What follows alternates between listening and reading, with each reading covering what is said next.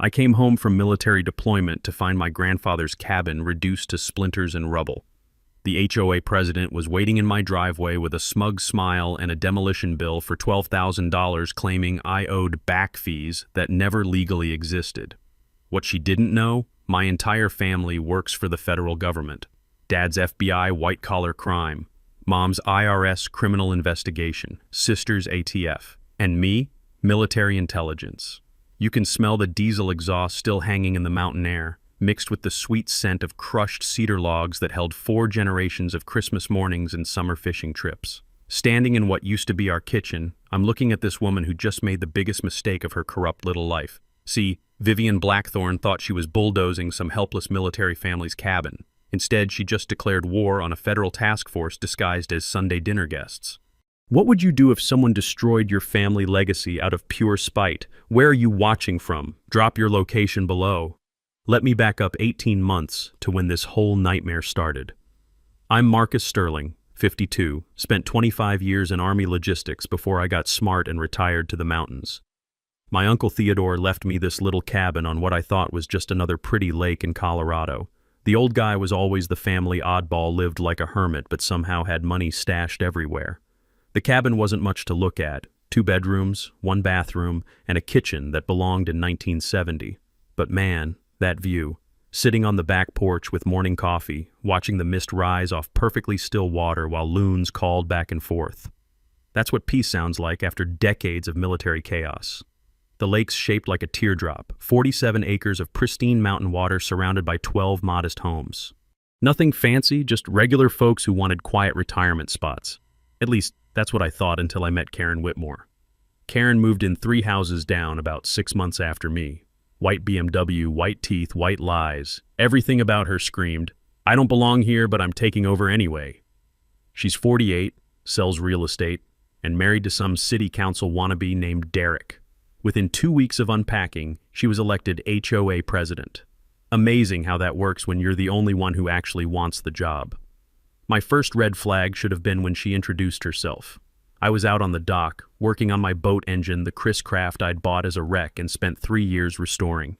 Every bolt, every piece of mahogany, every chrome fitting had been lovingly rebuilt. She clip-clopped down in those ridiculous heels, smiled her realtor smile, and said, "Oh, you're the military man. Well, I hope you understand we maintain certain standards around here." Certain standards. Like that phrase doesn't drip with condescension. The boat became her obsession. Too big, she said, too loud, didn't match the aesthetic vision she had for our waterfront community. Never mind that half the other docks had boats just as large, never mind that mine was probably the most beautiful vessel on the water. Karen had decided I was the problem, and Karen always got her way. The smell of her perfume, something expensive that probably cost more than my monthly grocery budget, lingered on the dock long after she left. But mixed with the honest scent of cedar shingles warming in morning sun and the creosote from old dock pilings, it felt like an invasion, like someone had sprayed artificial flowers in a real garden. That first violation notice arrived on a Tuesday. Crisp white paper, official HOA letterhead, and enough legal-sounding threats to intimidate anyone who didn't know better. Oversized recreational vessel violates community aesthetic standards per Covenant 14.7b. $200 daily until removed. Here's the thing about military training. It teaches you to gather intelligence before you react. So instead of getting angry, I got curious. Who was this woman who thought she could order around a retired Army officer on his own property? And more importantly, what didn't I know about Uncle Theodore's little gift that might change the game entirely? Because if there's one thing 25 years of logistics taught me, it's that the person with the best information usually wins. And something told me Karen hadn't done her homework nearly as well as she thought. Vivian's first major power move came while my boots were still muddy from German soil. She scheduled what she called an emergency HOA meeting on a Wednesday afternoon at 2 p.m. You know, when normal working people are actually working. Funny how these emergencies always seem to happen when the people being screwed can't show up to defend themselves. At this little gathering of 7 people in her living room, because that's how democracy works in Vivian's world, she railroaded through something called a special assessment resolution. Our cabin was now officially deemed in architectural non-compliance with community standards that didn't exist when my grandfather built the place. But here's where Vivian showed her true genius for bureaucratic warfare. She created a 47-page violation report. I'm not kidding. 47 pages for a simple family cabin. Our dock was excessively large at 12 feet by 8 feet. Our native wildflower garden was unapproved landscaping that disrupts neighborhood aesthetics. The fire pit my grandfather built for roasting marshmallows. Unregistered combustible hazard presenting clear and present danger to community safety. The woman managed to turn a family retreat into a federal disaster zone on paper, complete with backdated documentation to make it look like we'd been ignoring violation notices for months. While I was analyzing enemy communications overseas, Vivian was manufacturing evidence like a seasoned intelligence operative. When I finally returned from deployment, there was a stack of legal papers on my doorstep thick enough to stop shrapnel. The smell of mold had already started creeping through the cabin windows after months of forced neglect, that sour, musty odor that tells you something's dying inside walls that used to smell like pine and family dinners. That's when my training kicked in. In military intelligence, we treat every problem like an enemy operation.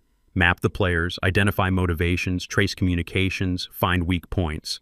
So I cleared the kitchen table and started building a threat assessment board just like I'd done with Taliban networks in Afghanistan. I took our case to military legal aid, and Captain Rodriguez nearly spilled her coffee when she reviewed Vivian's paperwork. Sergeant Garrison, this is textbook violation of the Service Members Civil Relief Act. They can't proceed with enforcement actions against deployed personnel without following federal notification protocols. That's when I learned something crucial. There are laws specifically protecting military families from exactly this kind of bureaucratic ambush while we're serving overseas. But the real shocker came when I contacted our property management company. My parents had hired them to handle basic maintenance during deployment, but they'd mysteriously stopped all services 3 months earlier.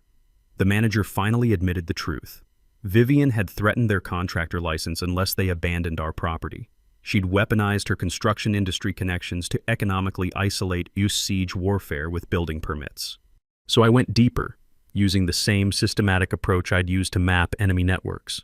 Public records, corporate filings, financial disclosures, all perfectly legal intelligence gathering. And buried in the Secretary of State database, I found pure gold. The HOA's corporate registration had expired 8 months ago. They had zero legal enforcement authority. Vivian had been running a ghost organization, like discovering your enemy forgot to actually form an army. The beautiful irony? While Vivian thought she was being clever, her BMW kept cruising past our property at surveillance hours 2 a.m., 5:30 a.m., random weekday afternoons. The sound of that German engine became my daily reminder that she was more worried about us than we should be about her. Amateur hour surveillance from someone playing intelligence games against an actual intelligence professional. Meanwhile, neighbors started whispering their own horror stories. The hardware store owner confided that certain customers were mysteriously unable to get construction supplies. 3 other lakefront families were facing identical harassment campaigns, same manufactured violations, same bureaucratic timing, same intimidation tactics. You could feel the community tension, that electric anticipation when people realize someone's finally going to fight back against the neighborhood tyrant. It reminded me of those moments before a mission when everyone knows the operation's about to go kinetic. Walking our property line with measuring tape and camera, the crunch of frost-covered gravel under my boots sounded like preparation for battle. Because that's exactly what it was. Vivian had declared war on my family while I was serving my country overseas. What she didn't realize is that she'd just handed a military intelligence analyst the perfect case study in domestic threat assessment. Every document she'd forged, every procedural shortcut she'd taken, every illegal coordination with contractors, it was all evidence now, cataloged with the same precision I'd used to track insurgent networks. The woman thought she was bulldozing a helpless military family.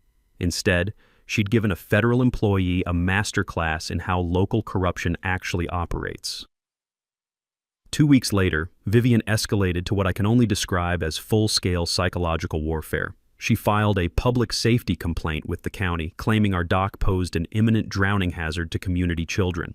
Mind you, this is the same 12 by 8 foot dock where 3 generations of Garrison kids learned to swim without a single incident. But here's where her timing gets really interesting. She scheduled the county inspection for 10 a.m. on a Tuesday, right when normal working families would be at their jobs. Pure coincidence, I'm sure. The inspector was a guy named Dale Henricks, mid-50s. The kind of man who drives a lifted truck with truck nuts hanging from the hitch and calls everyone buddy, in that tone that means the exact opposite. What I didn't know then, but my ATF sister Mackenzie would discover later, was that Dale had been flagged in federal databases for accepting contractor kickbacks. The man had a talent for finding structural problems that required expensive fixes from his buddies in the construction business. Like a medical examiner who only finds causes of death that benefit the funeral home that pays his golf membership. I'd set up trail cameras around the property, perfectly legal on your own land, and a habit you develop when you've spent 18 months watching for insurgent activity. The footage was better than any Netflix thriller. Vivian and Dale walking our dock 3 days before the surprise inspection, measuring, photographing, having what looked like a very detailed conversation about structural integrity. The smell of his cheap cologne mixed with lake water would have been funny if it wasn't so obviously criminal. You learn to notice these details in intelligence work when people are trying to look official while doing something completely corrupt. Their tells become obvious. During the official inspection, Dale spent exactly 4 minutes examining our dock before declaring it structurally compromised and dangerous to public safety. His report claimed the support posts showed advanced deterioration and imminent collapse risk. Funny thing about that, the dock had been professionally inspected and certified just 6 months earlier by a licensed marine contractor. But Dale's version made it sound like we'd built a death trap out of toothpicks and prayer. That evening, I called a family council of war. First time we'd all been together since my deployment, and the dining room felt electric with focused anger. Dad brought his FBI case files methodology. Mom had her IRS financial forensics mindset. Mackenzie came armed with ATF database access and a very particular set of skills for investigating people who abuse official authority. This is textbook racketeering, Dad said, spreading Dale's inspection report across the table. Using official processes for personal financial gain, coordinated with multiple actors. We're looking at federal RICO violations if we can prove the pattern. Mom was already pulling property tax records on her laptop. Vivian's been claiming adjacent properties as abandoned or condemned to reduce her own tax assessments. She's literally profiting from harassing her neighbors. That's when I learned something that would have been useful earlier. When local officials fabricate property problems, they often manipulate tax assessments to benefit themselves financially. But Mackenzie dropped the real bombshell. She'd run Dale through ATF databases and found something beautiful. He'd been involved in a 2019 bridge collapse that killed 2 people. His inspection license should have been permanently suspended, but somehow he was still operating illegally. The man conducting safety inspections was himself a safety hazard who'd already gotten people killed. Emergency inspections require specific statutory authority under Montana law, Mackenzie explained while printing database records. Most HOA emergencies aren't actually legal emergencies, they're just manufactured urgency to bypass proper procedures. The next morning, Vivian showed up with a construction crew, claiming she had authority to immediately secure the hazardous dock for public safety. Picture this: 5 guys with chainsaws and sledgehammers, ready to demolish property without a warrant, based on an inspection conducted by an unlicensed fraud who'd already killed people with his incompetence. This is where military training becomes very useful in civilian life. I stepped onto that dock, the supposedly dangerous, structurally compromised dock, and calmly informed them that they were trespassing on private property without legal authority. Everything recorded, everyone polite, but absolutely firm. "Ma'am," I told Vivian, "you're welcome to call the sheriff if you believe you have legal authority here. I'll wait." The look on her face was priceless, like someone who just realized their bluff got called by someone who actually knows the rules. You could hear the tension crackling like electricity before a thunderstorm. Her construction crew looked around nervously, probably wondering if destroying property based on fraudulent inspection reports was worth their hourly wage. The sound of chainsaws going silent was sweeter than any victory song. That's when I knew we had her. Vivian had escalated from paperwork harassment to attempted property destruction based on fabricated evidence. She'd just handed us enough federal crimes to keep prosecutors busy for months. 3 weeks later, Vivian went completely nuclear. Using Dale's fraudulent inspection report, she somehow convinced the county to issue an actual demolition order. Our family cabin, 4 decades of memories, built to last another century, was now officially condemned as an imminent threat to public safety and property values. But here's the thing about Vivian's psychological warfare. She had a real talent for timing. The demolition was scheduled for the Friday after Thanksgiving. You know, that perfect moment when families are digesting turkey and nobody's paying attention to local government paperwork, maximum emotional damage, minimum community witnesses. We were all gathered at the cabin for what we thought would be a normal Thanksgiving celebration. The smell of Mom's sage stuffing mixing with pine smoke from the fireplace. 4 generations of garrison men arguing about football while the women rolled their eyes and made the real decisions. Normal family chaos, the kind that makes you grateful for the people who drive you crazy. That's when Sheriff's Deputy Martinez showed up at our door, hat in hand, looking like a man who'd rather be anywhere else on earth. "Ma'am, sir, I'm real sorry about this, but I have to serve you with a 48-hour evacuation notice." He handed over the paperwork with the expression of someone forced to kick puppies for a living. Deputy Martinez had served in Iraq, you can always tell, and he recognized military bearing when he saw it.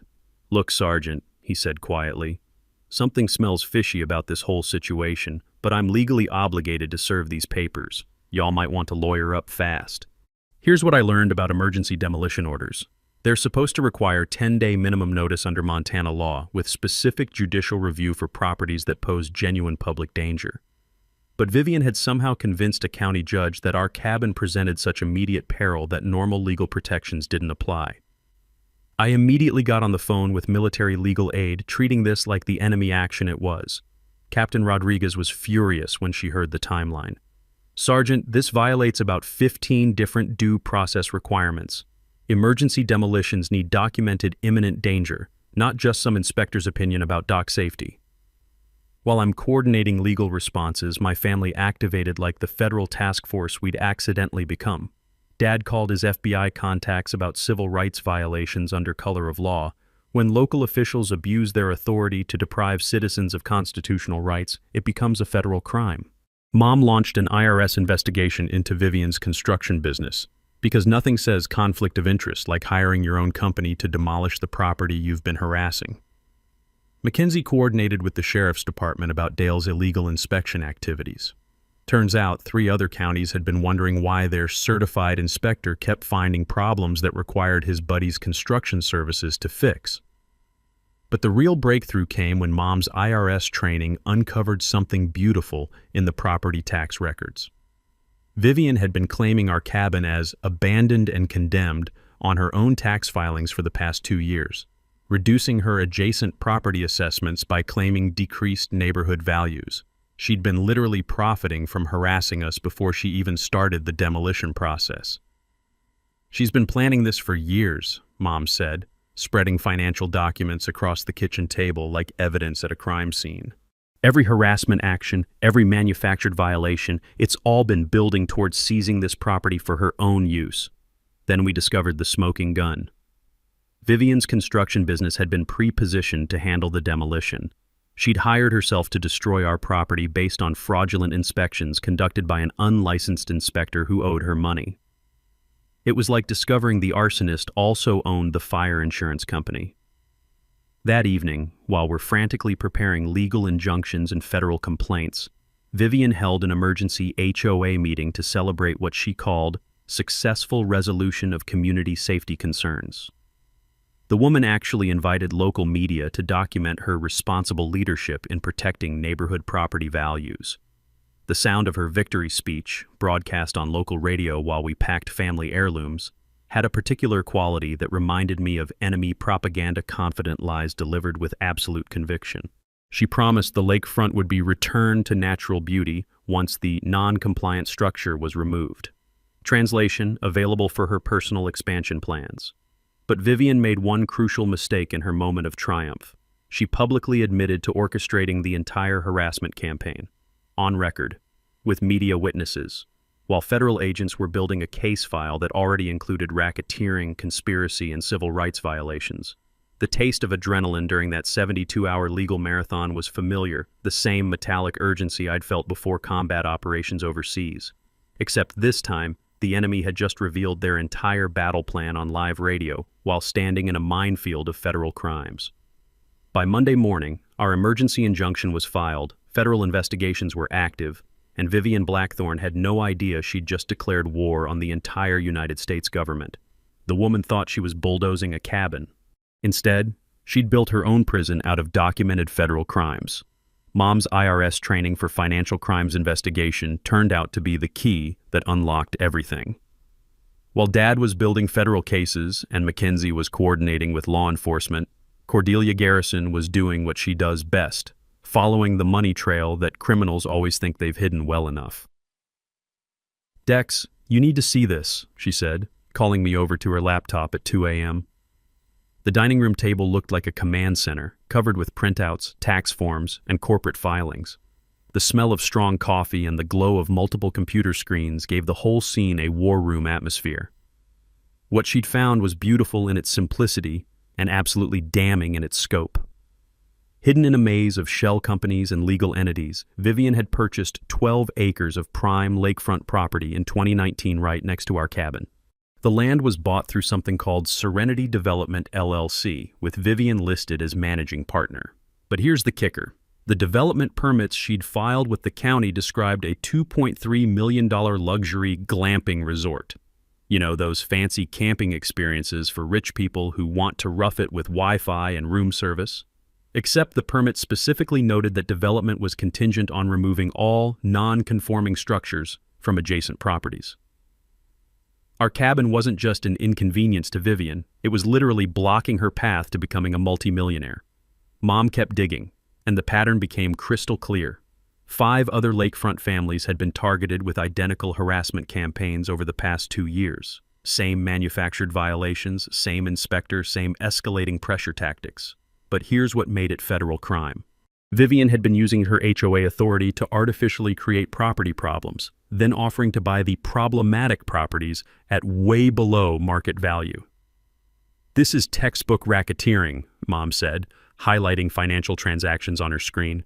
"She's using official processes systematically to deprive people of property rights for personal enrichment.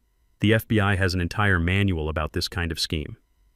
The really beautiful part was how Vivian had documented everything herself. Her construction business tax returns showed $340,000 in suspicious consultation fees paid to various county officials over the past 3 years. Remember Dale, our fraudulent inspector? He'd been receiving monthly payments disguised as structural assessment retainers. But it gets better.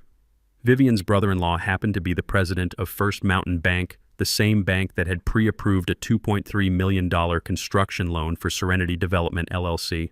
The whole thing was a family business designed to steal lakefront property using government authority.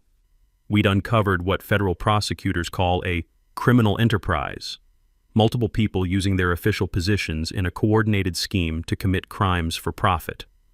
The HOA harassment wasn't personal. It was just the retail end of a much larger wholesale theft operation. "Look at this timeline," Dad said, connecting the dots between property purchases, HOA harassment campaigns, and bank loan approvals. She's been planning this for at least 4 years. Every family she's targeted owns property that blocks her development plans.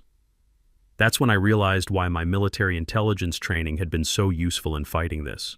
Vivian wasn't just a corrupt HOA president, she was running a sophisticated criminal conspiracy that required mapping networks, following money flows, and understanding how multiple bad actors coordinate their activities. The power dynamic had completely shifted. 24 hours earlier, we were a military family trying to save our cabin from bureaucratic harassment. Now we were sitting on evidence of a multi-million-dollar federal crime syndicate that had been systematically stealing property from American families for years. Vivian thought she was bulldozing our cabin to clear land for her resort. What she'd actually done was hand federal law enforcement agencies a complete roadmap to her entire criminal operation, documented in her own tax returns and corporate filings. The woman had been so confident in her local political connections that she'd forgotten something important. When you commit crimes against federal employees, those crimes get investigated by federal agencies with resources that local corruption can't reach. Tuesday morning, we weren't just fighting for our cabin anymore. We were sitting on enough evidence to shut down an entire criminal enterprise disguised as community governance. By Wednesday morning, our family dining room had been transformed into something that looked like a federal command center. Military-grade organizational charts covered the walls, evidence timelines stretched across whiteboards, and 4 different government agencies were coordinating the takedown of what we now knew was a multi-million-dollar criminal enterprise. the smell of industrial-strength coffee mixed with the sound of laser printers running constantly as we prepared what Dad called the most thoroughly documented local corruption case he'd seen in 28 years with the FBI. Each family member had become the lead on their area of expertise, and watching us work together was like watching a precision instrument designed specifically for dismantling criminal conspiracies. Franklin took point on the federal prosecution strategy. "We're not just dealing with HOA harassment anymore," he explained while organizing evidence into prosecution-ready files. "This hits every major federal crime category: conspiracy to deprive civil rights under color of law, racketeering, mail fraud, wire fraud, and money laundering through the construction business." His FBI contacts in the Public Corruption Unit were practically salivating over the case. When local officials systematically abuse their authority for personal profit, especially targeting military families, it becomes exactly the kind of federal crime that prosecutors love to showcase. The FBI manual literally has a chapter about this type of scheme, and Vivian had followed it like a textbook. Mom's IRS Criminal Investigation Division expertise turned into financial warfare capabilities that would make any enemy combatant nervous. She'd identified every bank account, property, vehicle, and asset connected to the conspiracy. "When we're done with the asset forfeiture process," she said with the satisfaction of someone who'd spent decades chasing tax cheats, "Vivian's going to wish she'd never heard the word lakefront." The really beautiful part was how her own greed had created the evidence trail. Every bribe disguised as a consultation fee, every shell company transaction, every fraudulent expense claim, it was all documented in tax filings that she'd signed under penalty of perjury. Criminal Investigation Division has software that can reconstruct financial crimes going back a decade, and Vivian had been helpfully creating digital evidence the entire time. Mackenzie coordinated the multi-agency law enforcement response with the precision of someone who'd spent years investigating explosives conspiracies. "Dale's fraudulent inspections don't just violate state licensing requirements," she explained while coordinating with sheriff's departments across 3 counties. "When he falsifies structural safety reports for demolitions, he's potentially violating federal explosives regulations. Every building he's condemned based on fake inspections becomes a federal crime scene."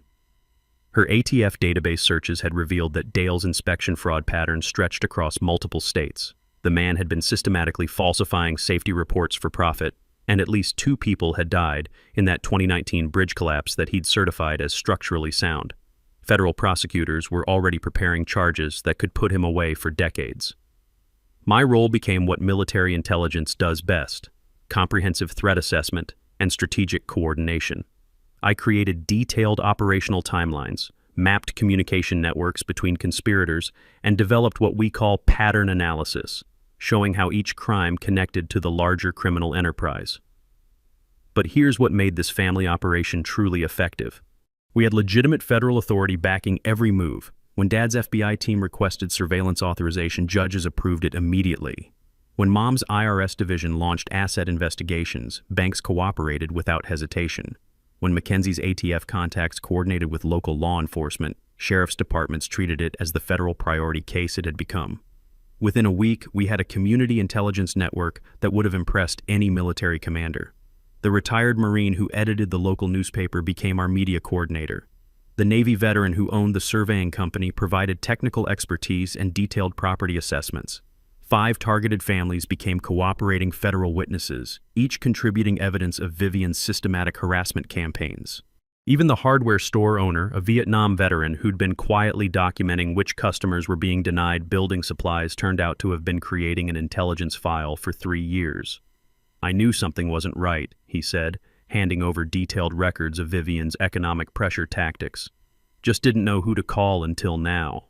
The technology arsenal we assembled would have been impressive in any federal investigation: professional surveillance equipment, financial analysis software, legal research databases, and military planning applications adapted for civilian use. But the real force multiplier was having 4 family members who knew exactly which federal resources to activate and how to coordinate between agencies that don't always communicate well. By the end of week 2, we weren't just investigating Vivian's crimes, we were documenting a complete criminal enterprise with enough evidence to support federal charges against a dozen co-conspirators.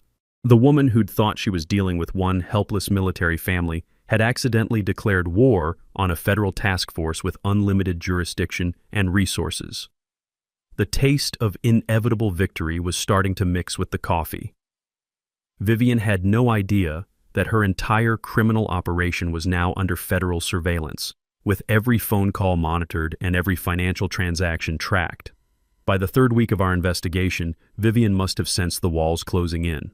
Federal agents had been making routine inquiries at banks, courthouses, and construction sites. Her phone calls were being monitored, her financial transactions tracked, and her co-conspirators were getting nervous. That's when she made the classic mistake that every criminal makes when they panic. She escalated to direct action.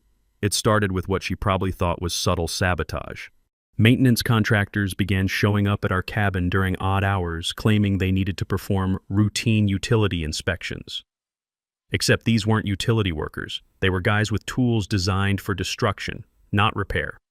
Our electrical lines got mysteriously cut, the water pump developed sudden mechanical failures, and the septic system somehow sustained puncture damage that looked suspiciously like sledgehammer strikes. The beautiful thing about military intelligence training is that you learn to anticipate enemy escalation patterns. I'd positioned trail cameras around the entire property perimeter, capturing everything in high-definition detail. The footage was better than any crime documentary, Vivian's contractors systematically damaging our infrastructure while she waited in her BMW, coordinating the operation like a general directing battlefield sabotage. You could smell the desperation in their hurried work, that particular scent of fear sweat mixed with diesel fuel and cut copper wiring. These weren't professional criminals. They were construction workers who'd been promised easy money for minor property modifications, and were starting to realize they'd been recruited for federal crimes. But Vivian's real mistake was trying to intimidate federal employees. She started sending anonymous letters to our workplace security offices, claiming we posed potential security risks due to unstable behavior and abuse of government connections. The woman actually tried to trigger military security clearance reviews and FBI internal investigations by spreading rumors about the people investigating her crimes. That's when things got personal for my family in ways that Vivian couldn't have anticipated. Threatening federal employees doesn't just violate additional statutes, it activates counterintelligence protocols designed to protect national security assets. Within 48 hours, FBI counterintelligence was treating Vivian's harassment campaign as a potential threat to federal operations. Dad's reaction was particularly satisfying to watch. "She just graduated from local corruption to threatening federal agents," he said while coordinating with his FBI colleagues. "That's the kind of mistake that turns a 5-year sentence into a 20-year sentence." Meanwhile, Vivian was organizing what she called a community safety meeting to present herself as the victim of government overreach. She spread stories about how the unstable veteran family was abusing federal connections to intimidate honest community leaders. The irony was beautiful, a criminal conspiracy complaining about law enforcement investigating their crimes. Her media manipulation campaign included planting stories in regional newspapers about federal overreach in local governance. She even hired a public relations firm to craft a narrative about brave community leaders standing up to government bullying. The woman was spending thousands of dollars to publicly document her obstruction of federal investigations. But here's where her amateur hour approach to criminal conspiracy really showed. She tried to coordinate her smear campaign using the same phones and email accounts that were under federal surveillance. Every strategy session, every coordinated lie, every attempt to manipulate public opinion was being recorded by the same agencies she was trying to discredit. The escalation reached peak desperation when she attempted direct bribery of federal investigators. Vivian apparently thought she could approach one of Dad's FBI colleagues at a coffee shop and offer $25,000 to lose some paperwork related to our case. She actually handed over an envelope full of cash to an active federal agent while wearing a wire that recorded the entire conversation. "Ma'am, you're under arrest for attempting to bribe a federal officer," Agent Rodriguez said, and you could practically hear Vivian's world collapsing in real time. But even better, the arrest was coordinated to happen in full view of the coffee shop where half the county's morning crowd witnessed their HOA president being taken away in handcuffs. That same day, Dale, the fraudulent inspector, was arrested while trying to flee the state. Turns out, when ATF agents want to find someone, state lines don't provide much protection. Mackenzie's coordination with multiple law enforcement agencies meant that Dale's attempted escape became a federal manhunt that ended with him face down in a Walmart parking lot in Wyoming. The sound of those handcuffs clicking shut, broadcast on local news and shared across social media, marked the moment when Vivian's criminal enterprise officially collapsed. Her construction business assets were seized, her bank accounts frozen, and her co-conspirators were all competing to see who could cooperate with federal prosecutors fastest. The smell of victory mixed with the mountain air that evening as we sat on our structurally dangerous dock, watching news helicopters circle overhead. Vivian had spent years terrorizing families with bureaucratic warfare, but she'd never faced anyone who knew how to fight back with the full resources of the federal government. With Dale arrested and her bribery attempt on federal record, Vivian entered full panic mode. That's when criminals always make their worst decisions, when they realize the investigation isn't going away, so they start destroying evidence and eliminating witnesses. What she didn't realize is that obstruction of justice during an active federal investigation is like pouring gasoline on a fire you're already losing control of. The first sign of her desperation came at 3 a.m. on a Tuesday, when Vivian's construction company office mysteriously caught fire. Pure coincidence, of course, that the blaze happened to destroy filing cabinets containing financial records, contract documentation, and communication logs with county officials. The fire department found accelerant residue and what looked like sledgehammer damage to computer hard drives before the flames even started. But here's the beautiful thing about trying to destroy evidence in the digital age. Everything has backups, and federal investigators know where to find them. Mom's IRS Criminal Investigation Division had already subpoenaed bank records, email servers, and cloud storage accounts. Vivian was destroying her own copies of evidence that prosecutors already had in multiple formats. "She's making this easier for us," Mom laughed while reviewing the arson report. "Now we have obstruction of justice and insurance fraud charges to add to the racketeering indictment. The woman is literally committing new federal crimes to cover up the old federal crimes." The really desperate move came when Vivian started threatening the other families who'd been cooperating with federal investigators. Anonymous letters appeared in mailboxes warning that continued cooperation with outside agitators will have consequences for community standing and business relationships. She was essentially threatening federal witnesses in writing, which is about as smart as leaving your fingerprints on a murder weapon. But Vivian's masterpiece of criminal stupidity was staging a break-in at her own home. She called sheriff's deputies to report that the military family had broken into her house and planted threatening materials, including what she claimed were military equipment and government surveillance devices that proved we were abusing federal authority for personal vendettas. The only problem with Vivian's false flag operation? My military intelligence training makes you very good at spotting fake evidence. When I saw the police report, it read like a checklist of amateur mistakes. Brand new threatening notes printed on paper that still had store creases, military equipment that was actually civilian camping gear you could buy at Walmart, and surveillance devices that were smoke detectors with the labels removed. Deputy Martinez, the Iraq veteran who'd served our original demolition papers, took one look at the scene and immediately called federal investigators. "This is the worst staged crime scene I've ever seen," he told Dad's FBI team. "She planted evidence so obvious that my kid could spot it from the backyard." Meanwhile, Dale's arrest had triggered a cascade of confessions from other co-conspirators. The county commissioner who'd accepted Vivian's bribes decided he'd rather cooperate than face federal prison time. The bank president, Vivian's brother-in-law, suddenly remembered detailed conversations about coordinating loans with property harassment campaigns.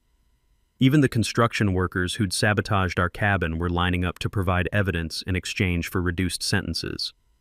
That's when Vivian made her final, fatal mistake. She tried to flee. Not physically, she was too smart for that.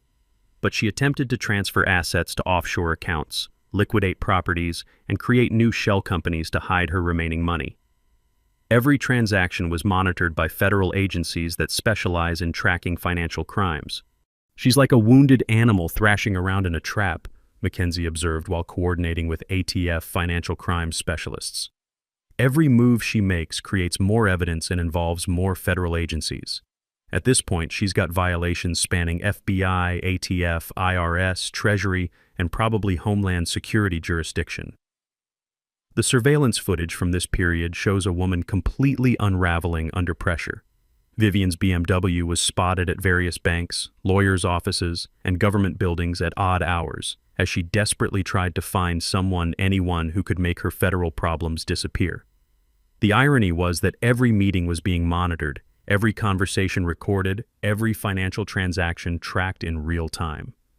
Her final desperate gambit was attempting to bribe a federal judge through an intermediary. She apparently believed that if she could get the right person to talk sense to the federal court handling our case, the whole investigation would just disappear. The intermediary she chose was a former law school classmate who happened to be a federal prosecutor in another district.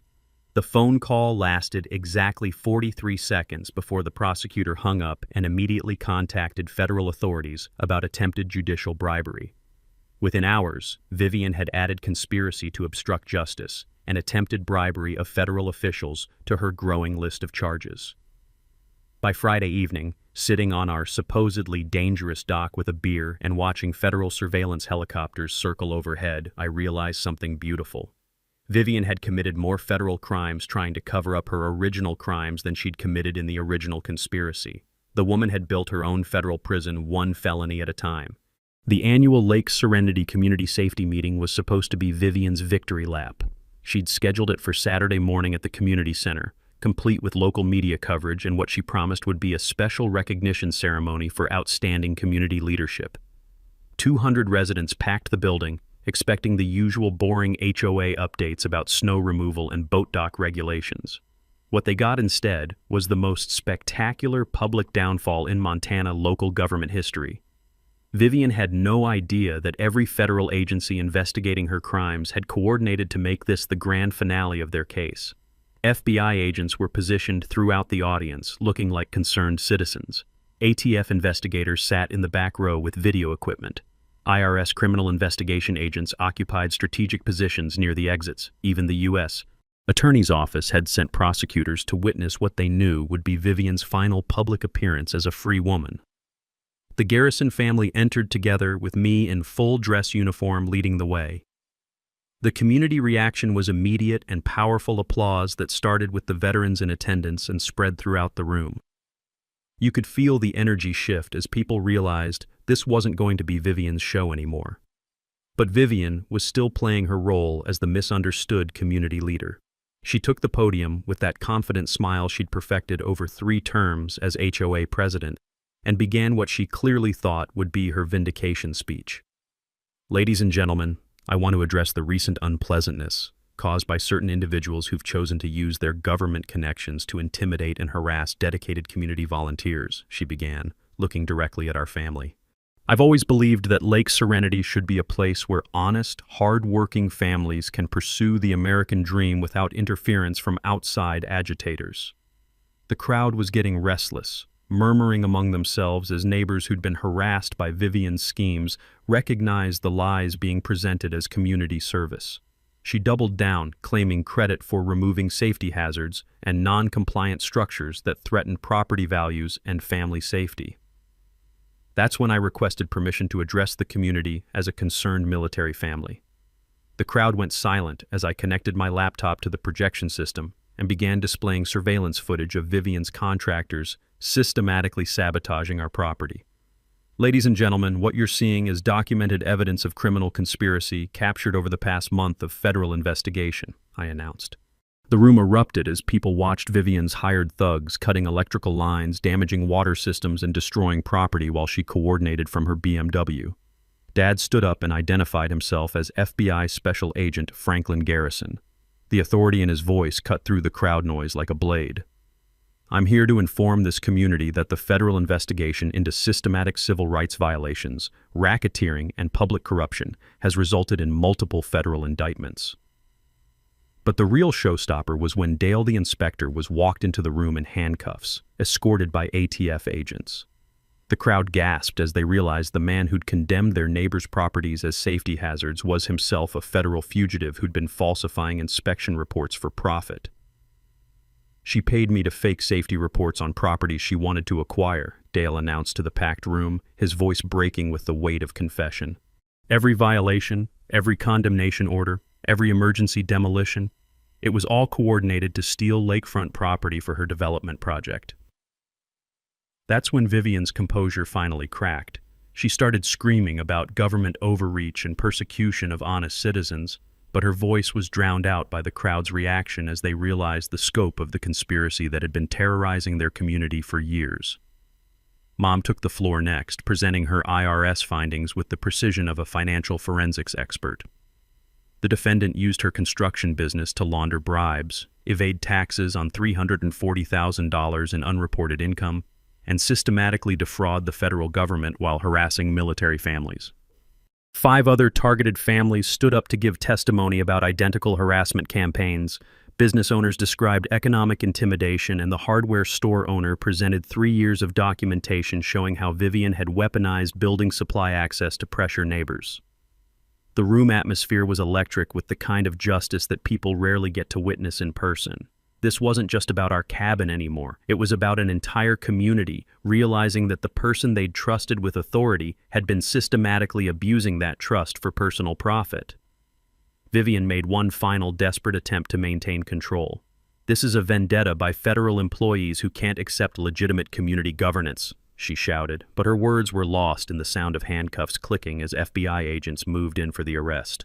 "Ma'am, you have the right to remain silent," Agent Rodriguez announced, and the entire room fell silent to hear Miranda rights read to their former HOA president. As they led Vivian away in handcuffs, with news cameras capturing every moment, I delivered the line I'd been planning for months. "Ma'am, you demolished our family cabin thinking we were just another powerless military family. You forgot that we swore an oath to defend this Constitution against all enemies, foreign and domestic. Today, justice comes home." 6 months later, Vivian Blackthorne was sentenced to 4 years in federal prison plus $2.3 million in restitution. The sound of that gavel falling echoed through a packed courtroom where half of Lake Serenity had come to witness justice being served. Dale got 18 months and lost all professional licenses permanently. The county commissioner resigned in disgrace after pleading guilty to accepting bribes. But the real victory wasn't just putting criminals behind bars. It was watching an entire community heal from years of systematic abuse disguised as governance. The civil lawsuit settlement provided full compensation for our demolished cabin, plus punitive damages that sent a clear message about the cost of weaponizing bureaucracy against American families. Every targeted family received meaningful restitution, but more importantly, we'd established legal precedent that HOA harassment of military families would be prosecuted as federal civil rights violations. The new cabin we built rises from the same foundation where grandfather's hands first shaped our family legacy, but it's bigger and better than the original. Modern safety features, accessibility upgrades, and a wraparound porch that can hold 3 generations of garrisons during Sunday dinners. The smell of fresh cedar and lake breeze mixing with Mom's famous chocolate chip cookies has replaced the diesel exhaust and fear that once poisoned this place. But the best part is watching community kids cannonball off our dock during summer afternoons, their squeals of joy mixing with the loons calling across water that reflects nothing but blue sky and possibility. That's what lake property is supposed to be for. Bringing families together, not tearing them apart through manufactured legal warfare. Lake Serenity dissolved the old HOA completely and established a new community organization with transparency requirements, term limits, and accountability measures. The Montana legislature passed the Service Members HOA Protection Act, creating statewide legal protections based on our family's fight. Sometimes one family's courage creates change that protects thousands of others. The Lake Serenity Veterans Scholarship Fund we established has become our proudest legacy. Every year, we award college scholarships to military families who've faced legal challenges while serving their country. The annual fundraising fishing tournament has grown into the community's biggest celebration, where the taste of fresh-caught bass mingles with the satisfaction of neighbors who learn to stand up for each other. Federal agencies created an HOA abuse task force specifically for investigating similar cases, and our story inspired reform movements in 23 states. The documentary, When David Has a Federal Badge, turned our family's fight into a national conversation about protecting Americans from petty tyrants who hide behind official titles. Here's what every homeowner needs to remember. Always verify HOA legal standing through your Secretary of State database. Expired organizations can't legally enforce anything, but they'll keep trying until someone calls them on it. Document everything with timestamps when dealing with suspicious official actions, because proving conspiracy requires evidence of coordination. Most importantly, when local officials abuse authority for personal gain, it becomes federal crime with serious consequences. The system has tools to protect citizens from corruption. You just need to know which federal agencies to contact and have the courage to fight back when bullies think their badges make them untouchable. Next week, I'll tell you about my sister Mackenzie's case involving a corrupt sheriff who made the fatal mistake of threatening a federal explosives investigator. That story makes our HOA battle look like a warm-up exercise for what happens when you really poke the federal bear. But first, I want to hear your stories. Drop your HOA nightmare experiences in the comments below. We read every single one, and some of them become federal cases when families know their rights. Have you dealt with power-hungry board members who think they're running their own little kingdoms? Share those stories and let this community know they're not alone. Hit that subscribe button and ring the notification bell for HOA Stories, where we show you how the system actually works when citizens understand how to make it work for justice, instead of letting petty tyrants run wild with manufactured authority. The evening breeze carries the sound of families laughing around lakefront fire pits, the crackle of burning cedar logs, and the gentle splash of fish jumping in water that belongs to everyone, not just those who think they have the right to steal it. This is what America looks like when good people refuse to let corruption win. Justice tastes like victory, sounds like community, and feels like coming home to a place where bullies can't survive the light of federal investigation. Thanks for being here with us at HOA Stories.